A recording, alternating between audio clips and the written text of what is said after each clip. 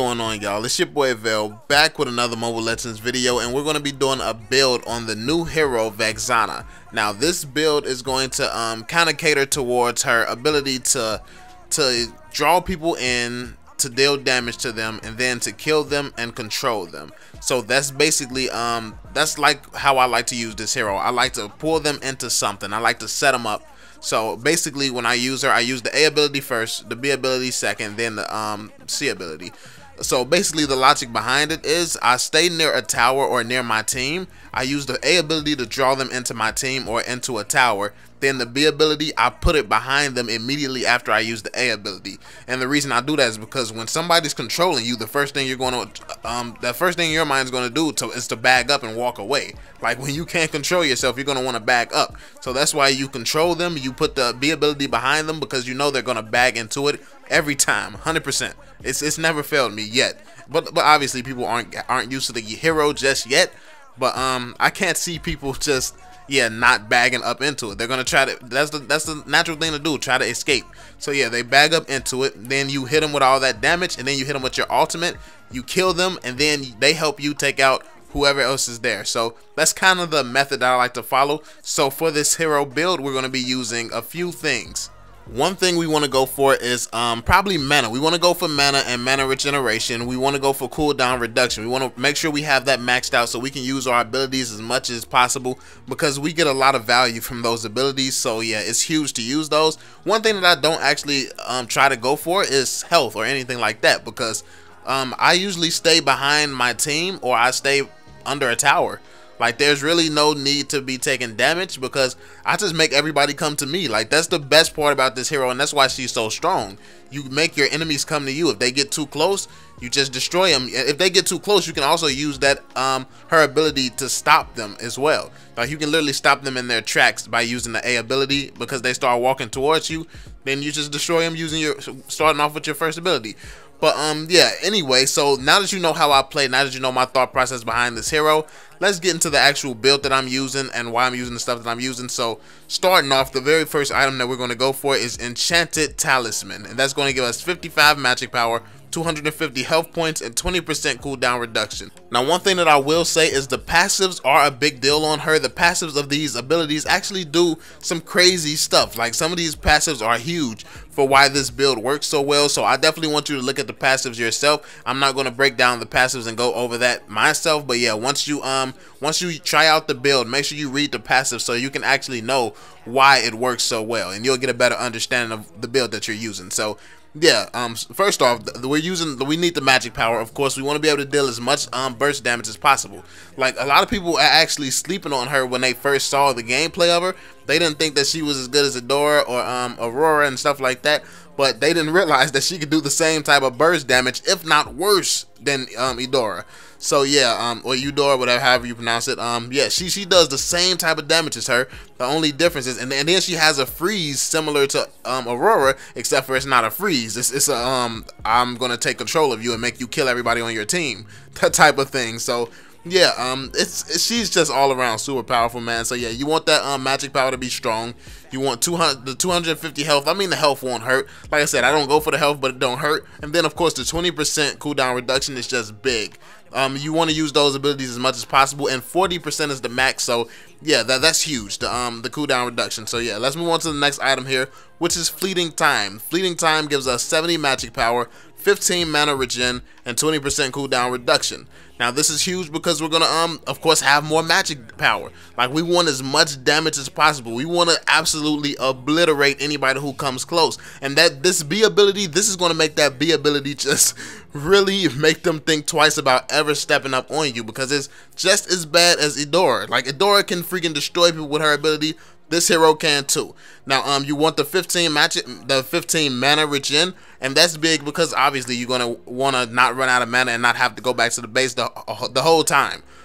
She is a late game hero, I want to add. And of course, let's finish this off though. But the cooldown reduction, of course, you're gonna want to use your abilities as much as possible. But one thing about her is she's not very powerful early game. In a sense, she is, like, depending on how you use her. Because early game, what I like to do is that's when I like to pull people into towers the most. Like, they step too close up on me and try to poke me or anything, I make them walk into the tower. I use my B ability, and the tower hits them a few times. My B ability destroys them, and they're dead. Like, they get hit with one B ability and 2 tower shots, they're gonna die. So yeah, that even from the beginning of the game, and that's why she's so efficient. Oh my god, why can't I say that word? She's so efficient and effective. I was trying to say one of those words. I was trying to say one of those words, like both was trying to come out, but yeah, but that's pretty much it on that one. Let's move on to the next item.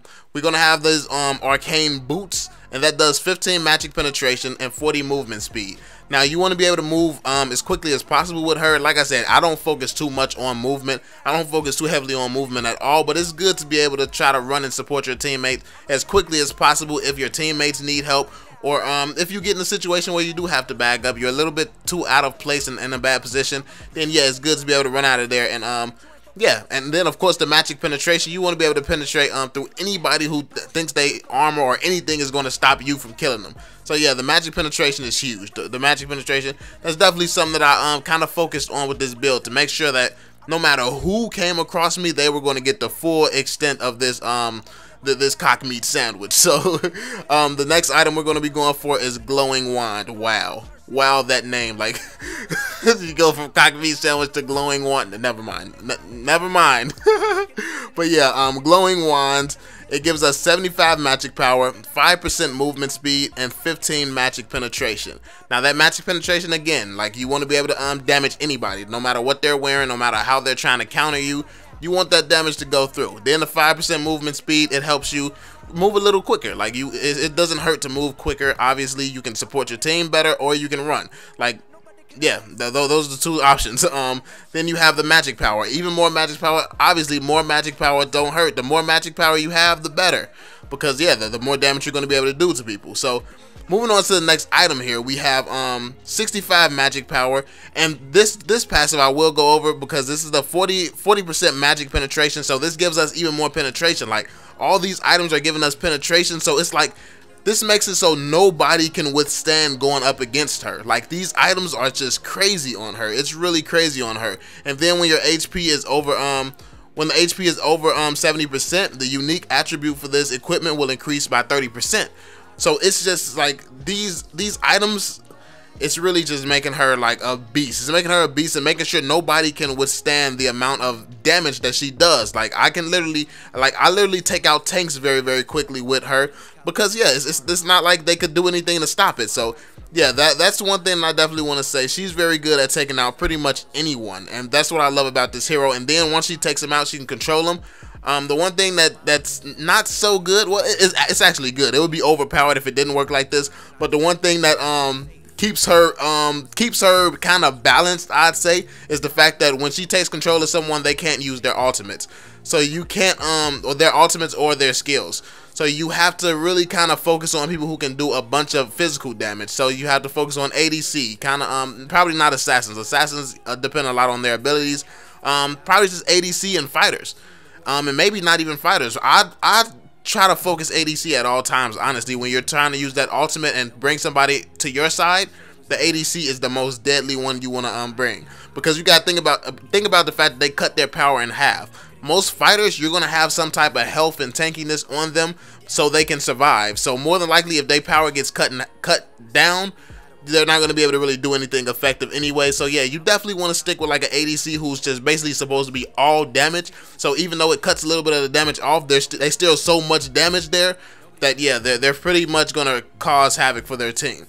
So yeah, moving on to the last item here, we have Blood Wings. Blood Wings gives us 150 magic power, 150 health. Now, I think this item has been changed. Did this always used to give 150 health? Because I've never noticed that. I didn't notice that, honestly. But yeah, the magic power, that's what I actually know this item for, and that's huge. Obviously, this is, once you have this full build, it makes you do so much damage. Like, you literally can take out an ADC or anybody squishy, like a healer, an ADC, assassin. You can take them out literally just by using all your abilities, and then they come back to life. Like, that's the one thing about that's why I really like this mage over the majority of the other ones, because usually every mage can kill anybody when they use all their abilities. But after that, they're pretty defenseless until their abilities comes back. But with her, once she uses her last ability, which should be her ultimate, while she's waiting for that to come back, she actually has control of who she just killed last. So you really have somebody there. Like if you wasn't by your team, if you were by yourself somewhere, now you have a teammate to help you out, and then it's whoever you just killed is now on your team. So that's huge because she's never alone if you use her skills right and you actually use them in the right order. But yeah, this is pretty much the build that I like to run on her. This is my logic behind it. What builds do you think would work? Because yeah, this isn't the only way to build a hero. There's no one right way to build a hero. I just think this is a very, very strong build that works well for me. So I would definitely like to hear what you would like me to try on her and what you would probably use on her, because I know one of my homies, Soul Bash and Respawn, they said they would like some lifesteal on her. So yeah, some lifesteal could work. Like if you can't avoid damage, then yeah, you definitely have to cater to your playstyle and your capabilities. Are you capable of surviving or aren't you? So yeah, based on who you are as a person, let me know some of your builds and what you would try to put on her, because that would be interesting to see. Drop a thumbs up on the video if you enjoyed it. Subscribe to the channel if you're new, and I will catch you all on the next one. Peace out. I'ma get down, get on, that's what I've been on. Fucking with your mind, trying to turn shit on. But they wanna pit me as a villain, even though I'm here to open their mind through the rhyme of life. I got to open their mind and design the right time to make a decision and get in. I'm making a decision, cause I'ma hit them and get them living. They wonder what I'm giving, I'ma never give in. I gotta let everybody